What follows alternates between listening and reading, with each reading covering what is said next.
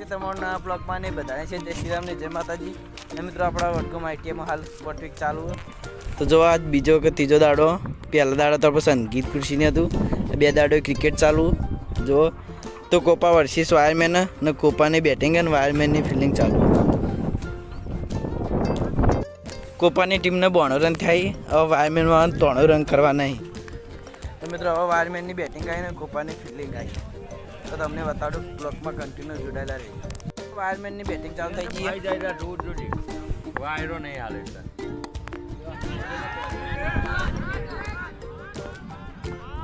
તો 6 રન આવી જાય.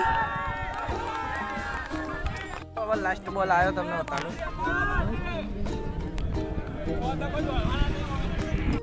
તો મિત્રો જો એક બોલમાં 8 રન કરવા નહીં. હવે છેલ્લો દડો.